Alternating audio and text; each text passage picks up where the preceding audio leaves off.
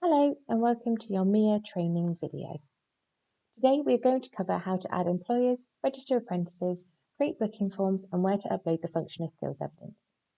When you first log into MIA, you will see your home page. Down the right hand side of the page is a document called TL. This stands for tick list, and this has been created as a step-by-step guide of the process of endpoint assessment and when these need to happen.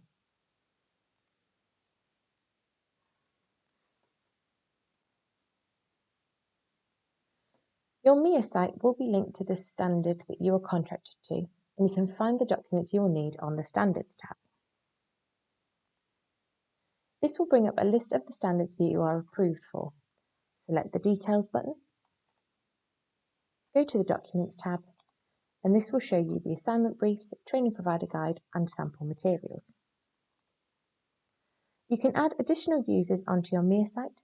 Go to the Users tab, select Add a User, and then pick the type of user that you want.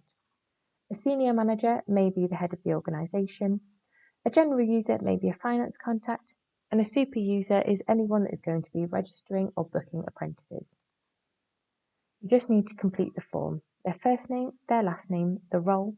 So if they are going to be registering and booking apprentices, pop them as the main customer contact. Their email address, and then scroll down to roles and you want to select all, as this will give them all the permissions that they need. And then click Save Changes. This will send them an email with a link and a temporary password. They need to select the link and input the temporary password along with their email address, and this will then prompt them to create their own password. The next step is to add the employers. Select the Employers tab, click Add a Site, and then you complete the form. The employer name will be the company name, the contact name is the apprentice's line manager, the contact role can be line manager, then it needs their telephone number, their email address, the address of the company, which is important for when we claim their certificates, the country, and then you can select Add Site.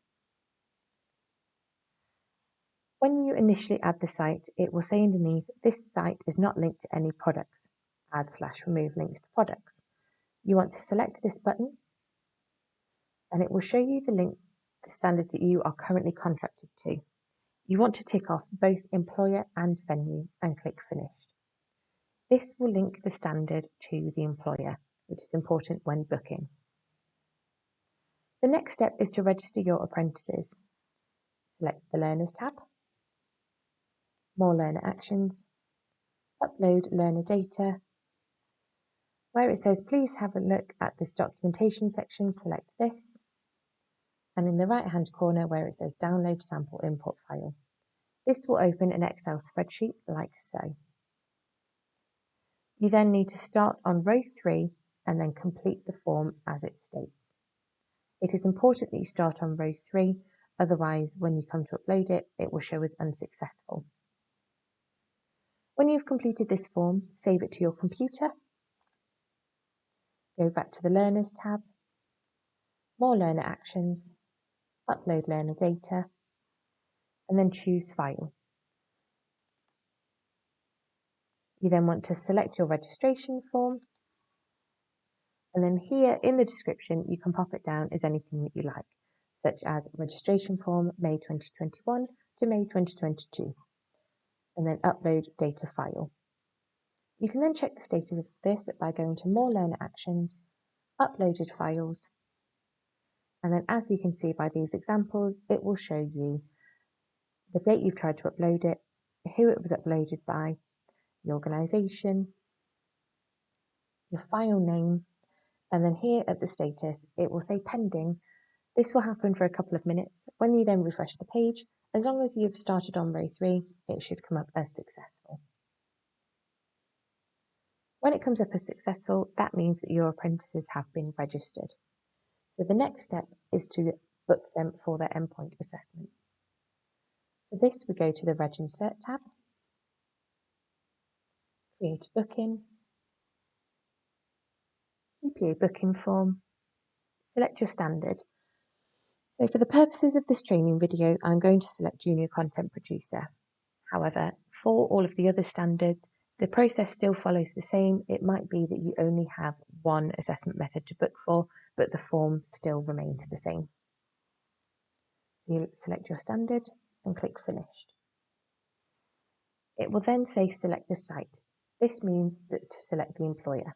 So as long as you have linked the standard to the employer, they will show up on your list. So then you select your employer and create the booking. This is your booking form. So the first thing that I would recommend to do is go to Declarations and Dates, select Work on this section, and here it asks you a couple of questions. The apprentice on this booking have passed all the gateway requirements for their apprenticeship. The apprentice on this booking have given their permission for AIM Group to apply for certification on their behalf. These boxes are really important to be ticked off, as this will tell us that the apprentice is ready to complete their endpoint assessment and that they are happy to claim their certificate from the ESFA. Tick both of these boxes and click on Save Changes. The next step is to add the apprentice to the booking form. For this, we go to Apprentice Details, work on this section. As you can see, it says no learners have been added to this booking. You can go to Add Existing Learners and then search for your apprentice's name. Select the apprentice that you want and click on Add to these learners. If you have more than one apprentice that works at the same employer, you can add them all to the same booking form. What we do ask is that there is a different booking form per employer. Once you've added your apprentice, click Finish working on this section. To then be able to work on it, on the main page, scroll down and click on Submit Registrations. This will then lock the booking form in order for you to be able to work on it. So now is to book the sessions.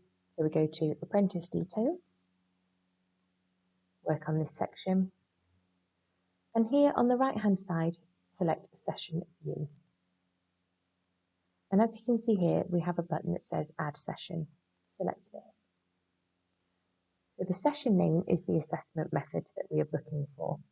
So for Junior Content Producer, it will be Workplace Observation as the first one that we are booking. Now, as you can see, it says about a start and an end date. So this is going to be the date that you want that assessment to take place. You can either pick a date from here, or if you select Smart Days, it will show you days that have medium, low or high availability. So low availability might mean that we only have one assessor available. Medium is that we have a few more, and high will be the best days to book. So select your date and use selected date. Your end date must be the same as your start date.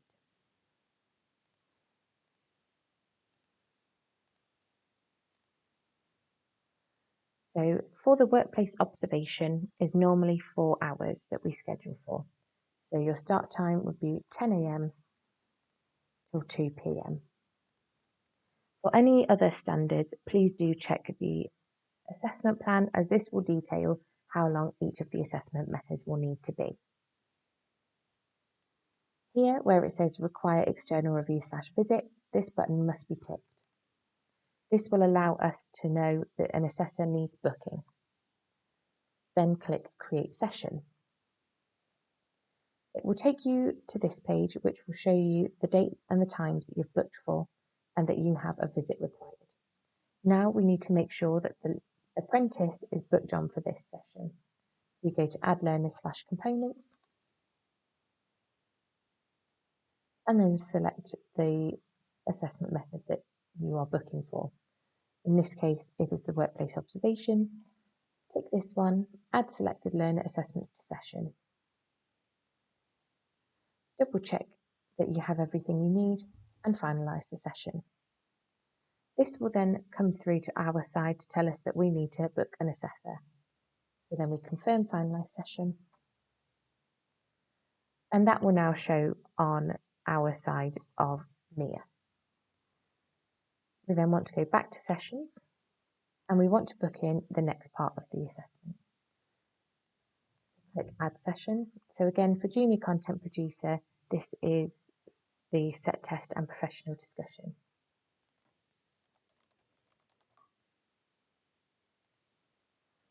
Again, you want to select the day that has the best availability, so go to Smart Days.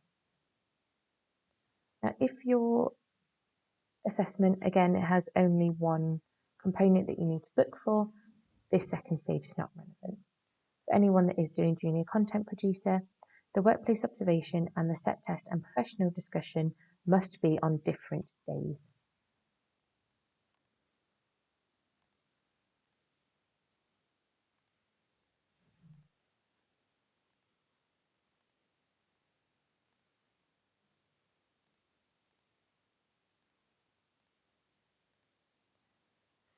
So again, for the set test and professional discussion, you need to book in your times.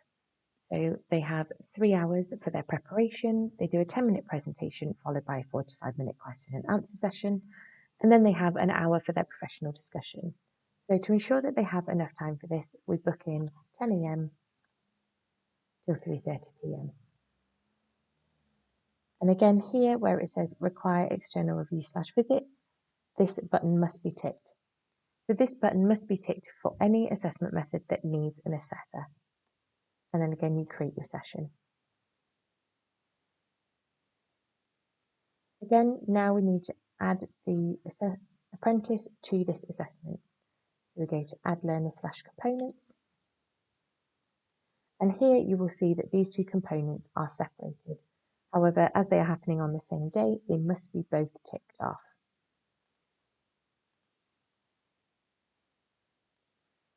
Double check that everything you have is correct, finalise the session, and confirm the finalised session. Once you've booked all the sessions in, and they will show up on our side, we will then allocate an assessor, and as soon as the assessor has agreed, we will send a confirmation email out to your apprentices. So the next step is making sure that you have all of the gateway requirements uploaded. So for this, go to Add Session. The session name this time will be Gateway. The start and end date will be their expected gateway date.